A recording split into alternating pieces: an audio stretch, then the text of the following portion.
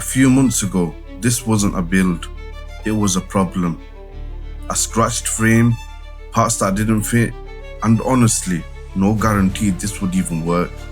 I drilled into a freshly painted chassis, I cut fiberglass that I could not replace, I messed up paint more than once, and there were moments I genuinely thought, yeah, I've ruined this.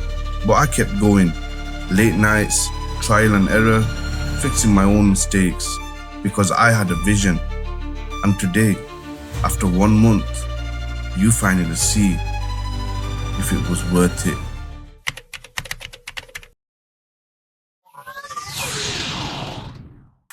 What's going on, my people? Welcome back to the channel. If you've been following the build, you already know this wasn't easy. And I'm not gonna even lie, there were points in this build where I thought this bike was done for.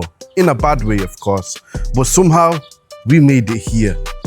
1 full month of ownership and 1 full custom build. And today I'm finally revealing the bike. And I need you guys to be honest, did I pull this off or did I mess it up? Let me take you back for a second. This build wasn't smooth at all. The fiberglass work alone was stressful. Cutting into something you just painted, yeah, that feeling is not nice at all. Then came the fitment issues. Nothing lined up. Everything needed adjusting. And the worst part, doing something thinking it's perfect, then realizing it's not. And having to redo it again. That's when the build tests you. Not the easy parts, but the moments where you feel like giving up. And I'm not gonna lie, there were a few moments where I just stood there, like, why did I even start this? But at the same time, that's what makes builds like this worth it. Every single part on this bike has a reason behind it. Nothing here is random. From the tires to the stance to the smallest details. This is exactly how I imagined it. This is the bike.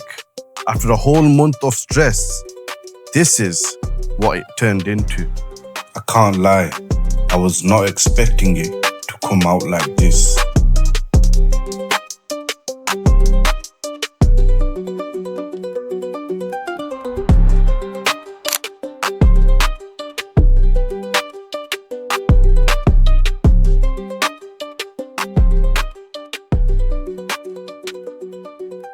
Starting from the front, first of all, I'd want to mention the headlights. The headlights was more of like a modern retro design option that I went for, including this digital screen. Even though this digital screen is having a few problems after I washed it, it might just be a connection issue somewhere down in the wiring. And also, I'm still missing the speed sensor. And I've also added these Café Racer type handlebar mirrors. And I think they give you a proper good look. But one thing I realized with these mirrors, they're not really that functional. It's more or less like for the looks, for like the designs on this bike. To think that I made this is hard to believe because I've got no background or experience in building anything other than breaking stuff. This I'm pretty proud of. And another thing that it brings me on to for the front is this tank. This tank has been the whole headache for the build. As you can see, if you can see through the camera close up, you can still see minor scratches and some dulling in the paint. That's just the lack of workmanship in the field of painting motorcycle tanks and whatnot. It's just they're not good at it. They try to take advantage of you in Bangladesh, but what can we do? We were helpless at the point. And I went for a whole different design on the tank. This is a full black tank. The bike's color scheme is black and gold, and I tried to implement that on the tank as well. And also, I changed the name on this bike. Not on paper, but if anyone asks me what this bike is, I got a new name for this bike. And here is where you'll see a little clue on what I've named this bike. The tires, however, have completely changed the look and the feel on the bike. This was one of the best decisions I made on this build. also complementing the new sports suspension that I've added on both of the sides. It's more of a stiffer, tougher riding experience than you'd get from the stock suspension, where the stock suspension is a bit too jumpy. This one makes the bike a lot more planted to the ground, and it really affects how it handles in the turns and also how it accelerates as well.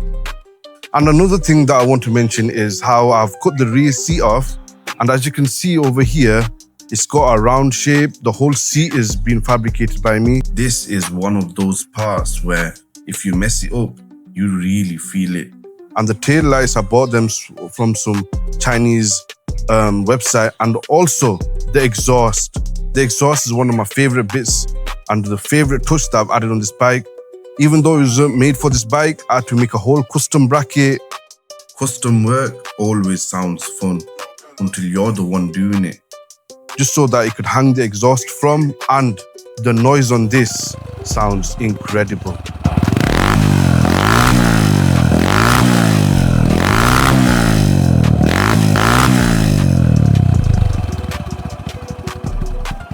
For 100cc, but is it really 100cc? I'll get into that right now. And the engine, even though it looks stock, when we was rebuilding this thing, we realized the piston and the cylinder were finished, and that gave us a huge advantage over this bike. We did a whole wide bore kit on this bike, so it's up by 10cc's and it's packing a bit more of punch than 100cc normal engine. Actually, it's pretty impressive what they can do in Bangladesh, but we couldn't go any further because we had limited space in how much we can bore out the cylinders, and obviously we've not got no expertise in that field of wide boring. We did as much as we could, and we gained an extra 10 cubic centimeters. That's the most we can do. But yeah, let's get into the other things. Before I continue with the rest of the video, subscribe. It helps reach more people who are like-minded, like you. This is the part where it gets awkward if you don't. Yeah, it's you. You're the one staring into this black screen of guilt right now. Have you subscribed? No? Go on. I'll wait. Done? Alright, let's move on.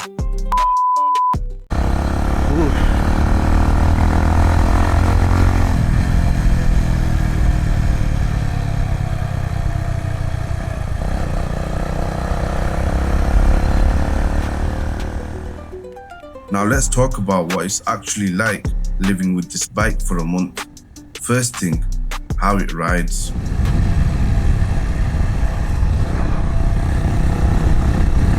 It feels completely different from when I started this build. More stable, more aggressive, and way more fun.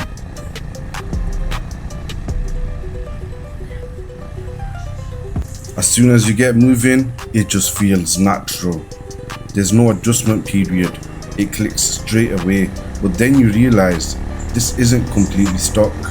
The bump from 100cc to 110cc, you can actually feel it.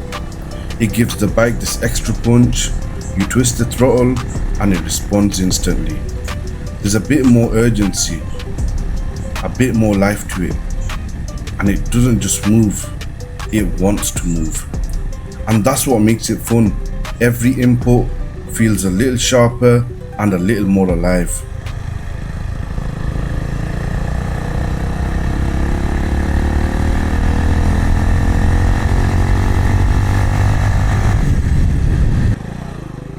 Now the seat, I'm not even gonna lie, the Café Racer seat is hard, like properly hard, but that's kind of the point. You feel everything, every bump, every little detail on the road. It all comes through. It's not the most comfortable thing, but it makes you feel way more connected to the bike. You're not just sitting on it, you're a part of it. And once you start picking up speed, that connection really starts to show. The tires grip properly. You lean into a corner and it just holds. No hesitation, no weird movement. It gives you that confidence to push a bit more every time. And when you combine that with suspension, that's where it really shines. The tires and the suspension together just work. The bike feels planted, stable, and surprisingly agile. You throw it into corners and it just flows. It goes exactly where you want it to go. It genuinely feels like a handling focused setup. And that's what makes it addictive. Because now it's not just about going fast in a straight line, it's about how it moves, how it feels through corners, how everything responds to you. Cruising feels smooth and easy, but the moment you push it, it tightens up and becomes way more responsive, like it's been waiting for you to do that. And all those little things start to come together. The extra punch from the engine, the raw feedback from the seat, the grip from the tires, and the way the suspension ties it all in. It creates this connection that you can't really explain. You just feel it, and that's what makes you want to keep riding. No destination, no reason, just one more stretch of road. Because at that point, it's not just a bike anymore, it's an experience. But I'm not going to stand around here and say it's perfect. It is far from it. There are still a lot of things that I'd like to change and small issues, things that I'd like to improve. Because that's the reality of builds like this. They're never really finished. Also, no one tells you this part. Building a bike like this is 10% fun and 90% why is this not fitting, and somehow you still want to do it again. Looking at it now, from where it started to what it is now, this isn't just a bike anymore. It's something I built for myself. But this isn't the final version. There's more coming for this bike, and trust me, it's gonna be getting a lot more crazier. And if you've been part of this journey, I appreciate you. Now, I need your opinion. Rate this build out of 10. Be honest, I can take it. And if you've enjoyed this video, hit like, subscribe, and yeah, I will see you on the next one. And if you've been waiting this long to find out the new name for this bike, I'm going with the Bajaj Cobra. Yeah.